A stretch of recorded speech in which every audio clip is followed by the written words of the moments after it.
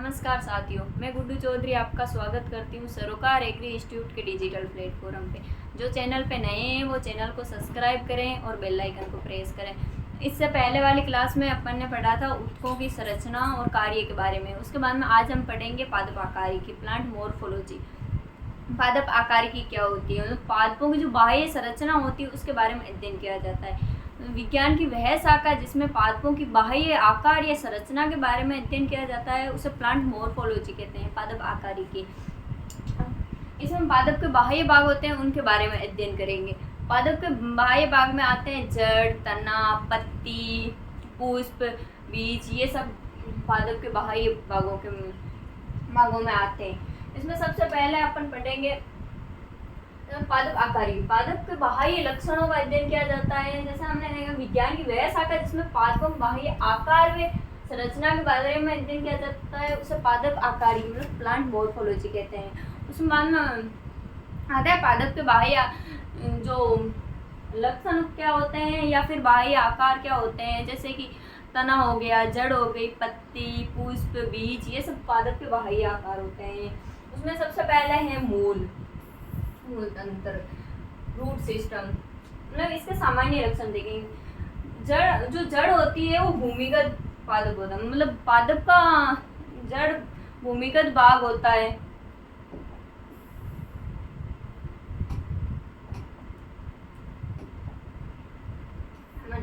इसमें जो जड़ पादप मतलब पादप का जड़ भाग होता है वो भूमिगत भाग होता है और ये बीज के मूलांकुर भाग से विकसित होती है।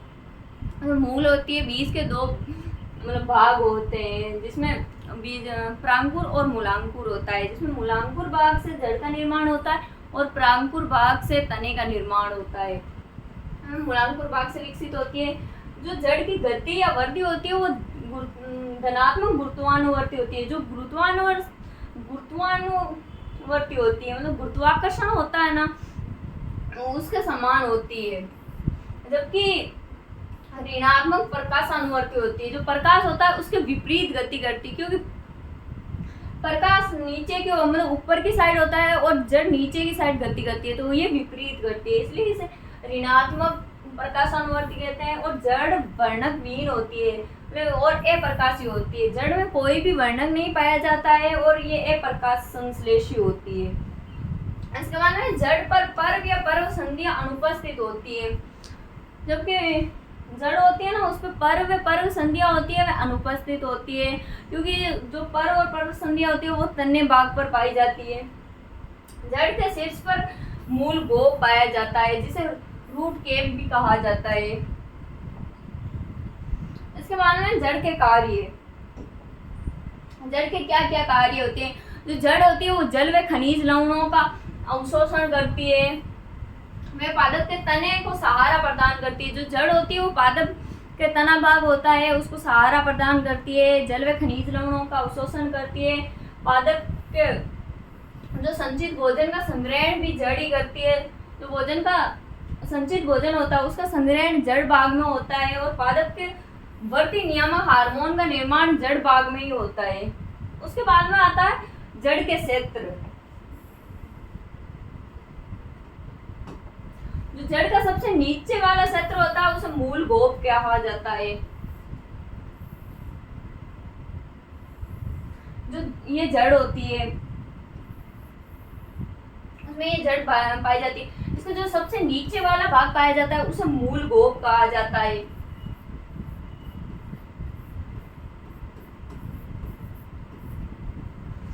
जो कि जड़ जब मर्दा में गति करती है तो जड़ को हानि नहीं हो, इसलिए ये जो भाग पाया जाता है मूल गोप ये जड़ की रक्षा करता है।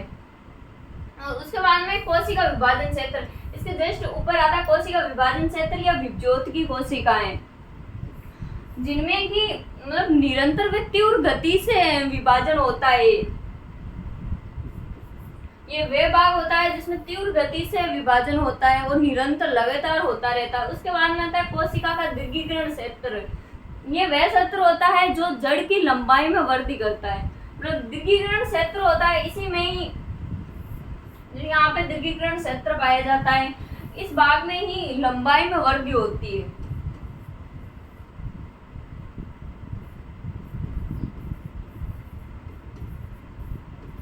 जो लंबाई होती है वो इस भाग में ही बढ़ती है। उसके सबसे ऊपर आता है कोशिका का परिपक्वन क्षेत्र, मतलब जो जड़ होती है उसका परिपक्वन क्षेत्र होता है, ऊपर की ओर आता है। इसे विभेदन क्षेत्र में एक कोशिकीय रोम भी पाए जाते हैं। जो ये परिपक्वन क्षेत्र होता है इस भाग में एक कोशिकीय रोम भी पाए जाते हैं और इसे विभेदन क्षेत्र भी कहा जाता है। इसके बाद में आता है पहला भाग मूल गोब, जिसे रूट केप भी कहा जाता है। मतलब जड़ के शीर्ष पर टोपी जैसी अंगूठेनुमा संरचना होती है, उसे मूल गोब कहा जाता है। जैसे हमने देखा ये जड़ है, इसके ऊपर जो ये टोपी नुमा संरचना पाई जाती है इसे ये मूल गोब कहा जाता है। ये जड़ का मिट्टी में प्रवेश करते समय शीर्ष भाग घर्षण से बचाती है और शीर्ष भाग की रक्षा भी करती है। ये जो मूल गोब होता है, जब जड़ मिट्टी में प्रवेश करती है तो उसको घर्षण से रक्षा मूल गोब ही करता है। उसके बाद में आता है ये जो मूल गोब होता है इसमें म्यूसिलिनेज का स्रावण करता है, जिससे जल व खनिज लवणों का अवशोषण आसानी से होता है। ये जो मूल गोब होता है वो म्यूसिलिनेज नामक एंजाइम होता है ना, हार्मोन होता है, उसका स्रावण करता है, जिससे कि जल व खनिज लवण होता है उनका अवशोषण आसानी से हो सकता है। उसके बाद में आता है विभज्योतिकी क्षेत्र। ये जो विभज्योतिकी क्षेत्र की कोशिकाएं हमेशा मतलब निरंतर व तीव्र गति से विभाजन करती रहती है। जो ये विभज्योतिकी क्षेत्र होता है इसकी जो कोशिकाएं होती है वो निरंतर मतलब लगातार व तीव्र गति से विभाजन करती है। इसके बाद में विभज्योतिकी क्षेत्र की कोशिकाएं छोटी व पतली भित्ति युक्त व सघन जीवद्रव्य युक्त होती है। जो विभज्योतिकी क्षेत्र है उसकी जो कोशिकाएं होती है वह पतली भित्ति युक्त होती है तथा सघन जीवद्रव्य युक्त भी होती है। इसके बाद में आता है कोशिका का दीर्घीकरण क्षेत्र। ये कोशिका में लंबाई में वृद्धि करता है, मतलब ये दीर्घीकरण क्षेत्र है, इसी में ही जड़ की लंबाई में वृद्धि होती है। उसके बाद में चौथा परिपक्वन क्षेत्र। इस क्षेत्र में कोशिकाएं परिपक्व होकर कार्य करती है तथा विभाजन हो जाती है। जो ये परिपक्वन क्षेत्र होता है इसमें कोशिकाएं परिपक्व होकर कार्य के अनुसार विभाजित होती है। उसके बाद में परिपक्वन क्षेत्र में एक कोशिकीय असांख्यिक रोम पाए जाते हैं जो मिट्टी से जल व खनिज लवणों का अवशोषण करते हैं। जो परिपक्वन क्षेत्र होता है इसी में ही जल व खनिज लवणों को अवशोषित करने वाले एक कोशिकीय असांख्यिक रोम पाए जाते हैं।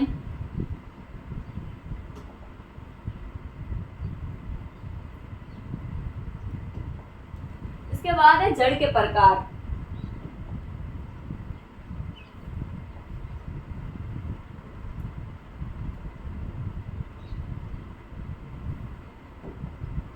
जड़ के प्रकार, जड़ दो प्रकार की होती है, मूसला मूल और जकड़ा मूल। इसमें पहला है मूसला मूल, जिसे टैप रूट भी कहा जाता है। ऐसे मूल जिसका उद्गम भ्रूण के मूलांकुर से होता है। जो मूसला मूल होती है उसका जो उद्गम होता है, मतलब जहाँ से उसकी उत्पत्ति होती है वो होता है भ्रूण का मूलांकुर से। और मूसला मूल मृदा में गहराई तक धसी हुई होती है। जो मूसला मूल होती है वो मृदा में गहराई तक रहती है। और मूसला मूल के जो भाग होता है वो तीन है, प्राथमिक मूल, द्वितीयक मूल और तृतीयक मूल। इसके बाद में जो मूसला मूल होती है वो द्विबीजपत्री पादप होता है उनमें पाई जाती है, जैसे सरसों।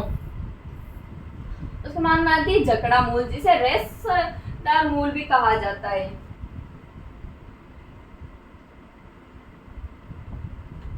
जकड़ा मूल जिसे रेशेदार मूल भी कहा जाता है। इन जड़ों में मूलांकुर से विकसित अल्पजीवी होती है। ये जो जकड़ा मूल होती है वो मूलांकुर से विकसित होती है, पर ये जड़ें अल्पजीवी होती है, इसलिए तने के आधार या मतलब निचले भाग से एक समान धागे जैसी संरचना में निकलती है। ये जो जकड़ा मूला होती है, ये जो तना होता है इसके भाग से रेश मतलब धागेनुमा संरचना में निकलती है। और ये एक बीजपत्री पादप होते हैं उनमें पाई जाती है, जैसे मोनेस्टेरा घास होती है उसमें पाई जाती है। उसके बाद में 3 नंबर अपस्थानिक मूल।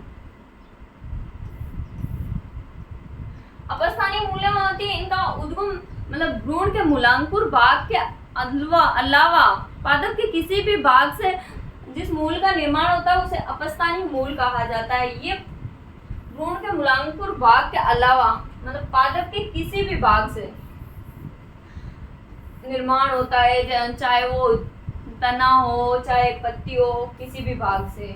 जैसे घास और बरगद का पेड़, जैसे हमें पता है बरगद का पेड़ होता है, इसके जो तने होते हैं इनसे ये मूलें निकलती है। इसके बाद ये जो अपस्थानीय मूलें होती हैं ये भी दो प्रकार की होती है। प्रोप मूल, पहला है प्रोप मूल,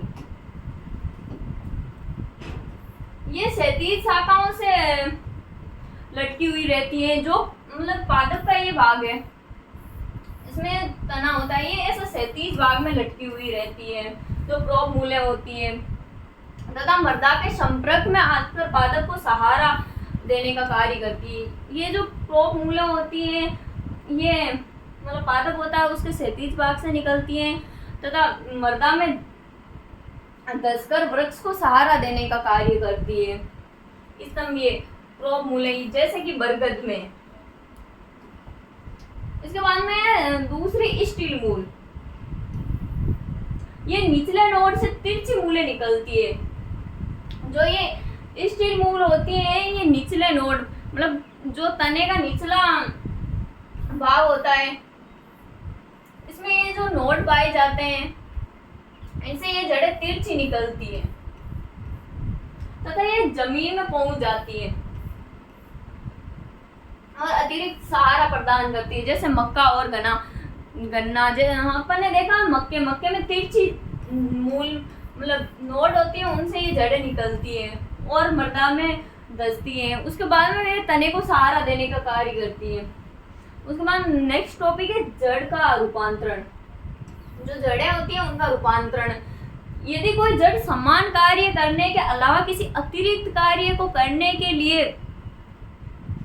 विशिष्ट मतलब अतिरिक्त कार्य को करने के लिए अपनी संरचना में बदलाव करती है तो उसे जड़ का रूपांतरण कहा जाता है, मतलब या फिर रूपांतरित जड़ें भी कहा जाता है। जैसे कोई जड़ होती है वो अपने समान कार्य के अलावा किसी विशिष्ट या अलग कार्य को करने के लिए आकार में मतलब बदलाव करती है तो उसे रूपांतरित जड़ें भी कहा जाता है।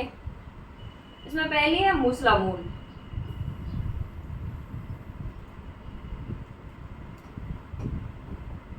मूसला मूल जड़ का रूपांतरण, इसमें पहला भाग है तर्कुरूपी। वह मूल जिसका मध्य भाग चौड़ा तथा सिरे पतले होते हैं। ऐसे मूल जिसका बीज का भाग होता है वो तो चौड़ा मतलब मोटा होता है और ऊपर में नीचे के सिरे होते हैं वो पतले होते हैं और ये भोजन का संग्रहण करती है। जैसा कि रेफेनस सेटाइवस मूली, हमने देखा है कि मूली का जो मध्य का भाग होता है वो तो चौड़ा होता है, जो ऊपर में नीचे के दो सिरे होते हैं वो पतले होते हैं। उसके बाद 2 नंबर आता है शंकुरूपी कोनिकल मूल। ये शंकु के समान आकार की मूलें होती है, अर्थात आधार मोटा होता है तथा आधार से सिरे की ओर धीरे धीरे पतली होती जाती है। इनका भी कार्य भोजन ही होता है। इसका एग्जाम्पल है गाजर, डाकस कैरोटा। इसमें जो शंकुरूपी जड़ें होती हैं उनका आधार भाग होता है वो तो मोटा होता है और सिरे की ओर जाते जाते ये धीरे धीरे पतला होता रहता है।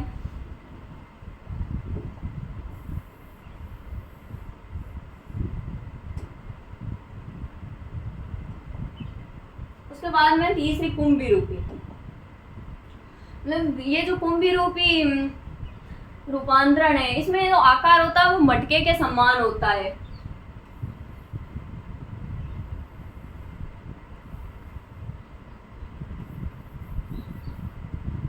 इसमें जो आकार होता है वो मटके के समान होता है और इनका भी कार्य है कि भोजन का संग्रहण करना। जैसे सलजम और चुकंदर, का जो भाग होता है वो मटके के समान होता है। उसके बाद में ग्रंथि जड़ें, ऐसे मूल है जिसमें ग्रंथियां मतलब नोड पाए जाते हैं जो कि लेग्यूमिनेसी कुल की जड़ें होती है उनमें होती है। उसके बाद 5 नंबर श्वसनकारी जड़ें जिन्हें न्यूमेटोफोर भी कहा जाता है।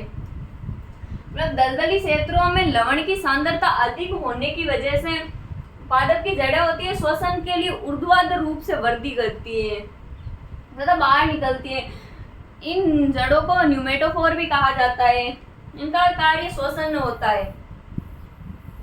इनका जो मुख्य कार्य है वो श्वसन है। एग्जाम्पल राइजोफोरा और इविसीनिया। जो श्वसनकारी जड़ें होती है वो दलदली क्षेत्रों में लवण की अधिक मात्रा होती है। इस कारण पादप की जड़ें जो श्वसन के लिए ऊर्ध्वाधर वृद्धि करती हैं तथा जमीन से बाहर निकलती है। इन्हें न्यूमेटोफोर कहा जाता है और इनमें है राइजोफोरा और इविसीनिया। इसके बाद में अपस्थानिक जड़ का रूपांतरण। अपस्थानिक जड़, इसमें पहला है गुच्छिल जड़ें। ये जड़ें अनियमित आकार की तथा गुच्छों में रहती है। मतलब ये जो गुच्छिल जड़ें होती है, जैसे हमने देखा था अपस्थानिक जड़ें होती है, ये होती है गुच्छों के रूप में। ये एस्परगस, इनका भी कार्य होता है वो भोजन का संग्रहण करना ही होता है। उसके बाद में होता है अविस्तंभ मूल्य, जिन्हें जट्टा मूल भी कहा जाता है। ये तने की निचली पर्व संधियों से निकलती है। जो अविस्तंभ मूल्य होती है, अविस्तंभ मतलब तना, ये तने के निचले पर्व संधियों से, जब हमने देखा था ये तना है, तने की जो निचली पर्व संधियां होती है इनसे निकलती है तथा ये लंबे पतले तने होते हैं उनको यांत्रिक सहारा देने का कार्य करती हैं। जो ये अविस्तंभ मूल्य होती हैं ये पतले और लंबे तने होते हैं, उनको यांत्रिक सहारा देने का कार्य करती है, जैसे मक्का, गन्ना, बांस। इसके बाद में प्रोप रूट, जिन्हें स्तंभ मूल भी कहा जाता है। ये जड़ें तने के वायवीय शाखाओं से जड़ निकलती है, जो जमीन में धंसकर विशाल शाखाओं का मतलब जो विशाल वृक्ष होता है, पेड़ होता है, उनको सहारा प्रदान करने का कार्य करती है। इनमें बरगद यांत्रिक सहारा है। ये जो प्रोप रूट या स्तंभ मूल होती है ये जड़ के वायवीय शाखाओं से निकलती हैं तथा ये जमीन में धंसकर विशाल का जो पेड़ होते हैं, जो बड़े आकार के पेड़ होते हैं, उनको यांत्रिक सहारा देने का काम करती है। इसी के साथ इनका एग्जाम्पल है बरगद, और ये यांत्रिक सहारा देना इनका कार्य है। इसी के साथ आज हमने पढ़ा पादप आकारिकी क्या होता है। उसमें बाद में हमने देखे पादप के बाह्य भाग कितने प्रकार के होते हैं, उनमें तना, जड़, तना, पत्ती, पुष्प, बीज, ये सब। उसमें हमने कहा जड़ भी 2 प्रकार की होती हैं, जकड़ा और मूसला जड़ें। बाद में देखा उनके जड़ें होती है उनके रूपांतरित होती है, मतलब जो मुख्य कार्य होता है उसके अतिरिक्त जो विशिष्ट कार्य करने के लिए रूपांतरित होती हैं, जिन्हें रूपांतरित जड़ें कहा जाता है। उसको बाद में अपन ने देखा ये जो जड़ें हैं होती हैं उनका क्या क्या कार्य होता है, किस रूप में रूपांतरित होती है। तो थैंक यू आज की क्लास में।